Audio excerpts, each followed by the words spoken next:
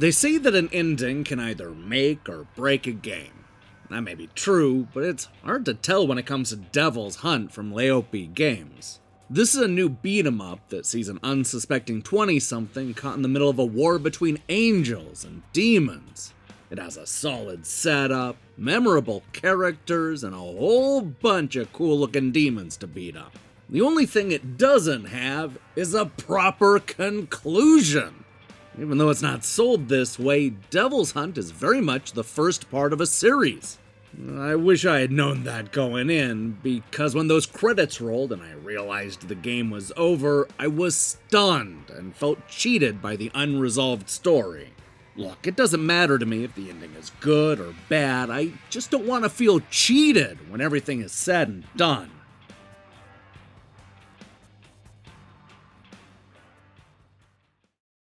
Desmond is an overconfident 26-year-old whose day is about to go from bad to worse. Not only does he end up getting fired from his high-paying job, lose an important fight, and catch his fiancée cheating on him, but he gets into a nasty car accident and ends up making a deal with the devil. In a desperate bid to get back to Earth, Desmond agrees to work for Lucifer, starting by taking the soul of the man who slept with his future bride. This quickly spirals out of hand, ultimately revealing that our hero will either be the savior or the destroyer. All this setup leads to a fairly predictable beat-em-up that reminds me a bit of Prototype and Devil May Cry.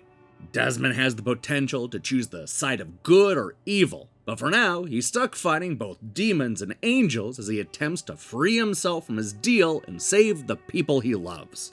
And to do that, he's going to get into a bunch of fistfights in small, enclosed areas and collect the souls of those foolish enough to go up against him. Now, Desmond starts out with the basic weak and strong punches, both of which are mapped to the shoulder buttons. As our hero levels up and fights through the stages, he'll learn new supernatural abilities that'll allow him to throw magic spears, raise fire from the ground, send enemies reeling from a vortex punch, and many more. You can cycle between 3 different types of powers and map 3 of those abilities to the face buttons, allowing you to quickly switch between 9 attacks that you can use in the heat of battle. This goes a long way to make up for the otherwise incredibly simplistic combat. The one thing that caught me by surprise was how much story there is, especially early on. The first act of the game is a lot more talking than fighting, to the point where I was starting to get a little restless. We walk a few feet and trigger a cinema. We punch a few demons and trigger a cinema. We watch another cinema and then trigger a cinema. It's not until about halfway through that we're able to fight a bunch of enemies in a row, and that's about the time the action really starts to pick up. I think I'd be a lot more positive about the cinematic approach if the storytelling was better. I appreciate what they're trying to do here, but the characters in Devil's Hunt are hard to root for.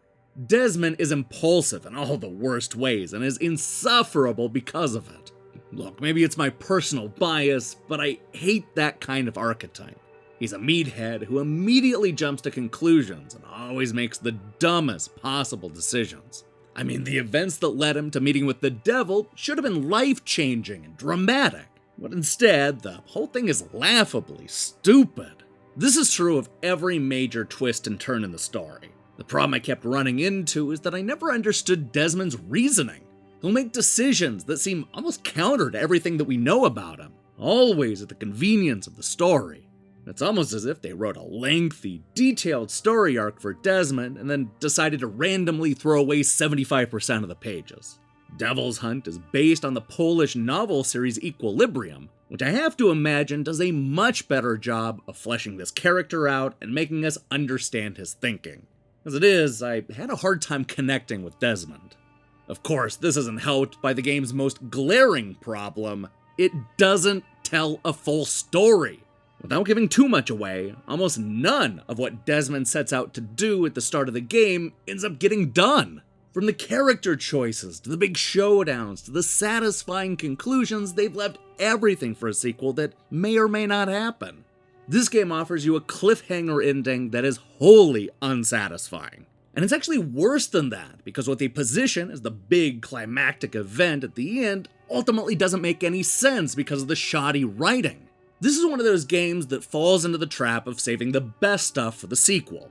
All the savior and destroyer stuff we're promised at the start is pushed aside for a baffling side plot that doesn't feel all that important when placed next to the gravity of a demon versus angel war.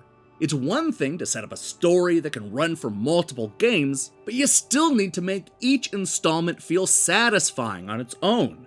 Devil's Hunt doesn't do that. And worse, it doesn't advertise itself as being an incomplete story. I think a lot of people are going to feel extremely disappointed and maybe even cheated when those credits roll. Then again, it's not like the experience getting to that point was flawless. Devil's Hunt is a fairly average beat-em-up that takes its inspiration from a lot of other, better games. The action is also marred by unstable frame rates and combat that never seems to change. This is a repetitive game with only a few types of enemies, similar looking levels, and a ton of technical problems. There's an entire portion of the game where it seems like the developers forgot to include the voice acting. No, seriously, see for yourself.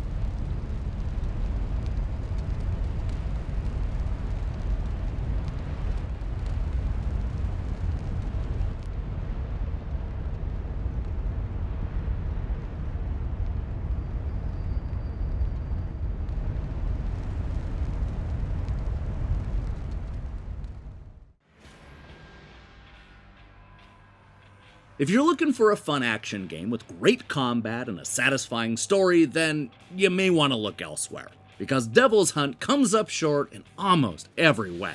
This is a dated beat-em-up with an awful protagonist who constantly makes the worst possible decisions. It's also only part of a story, giving players a lame and disappointing cliffhanger ending with no resolution to the potentially interesting setup. Couple that with the repetitive fighting and rampant technical problems, and you have a hunt that isn't worth going on.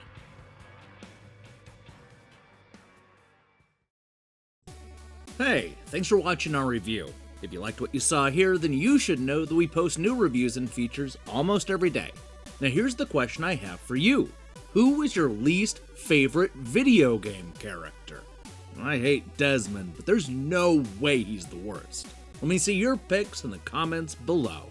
In other news, we'll be back tomorrow with a review of Daymere 1998, followed by Demoniaca, Super Dodgeball Beats, and more. In the meantime, I strongly recommend you click that subscribe button and support what we're doing here. Until then.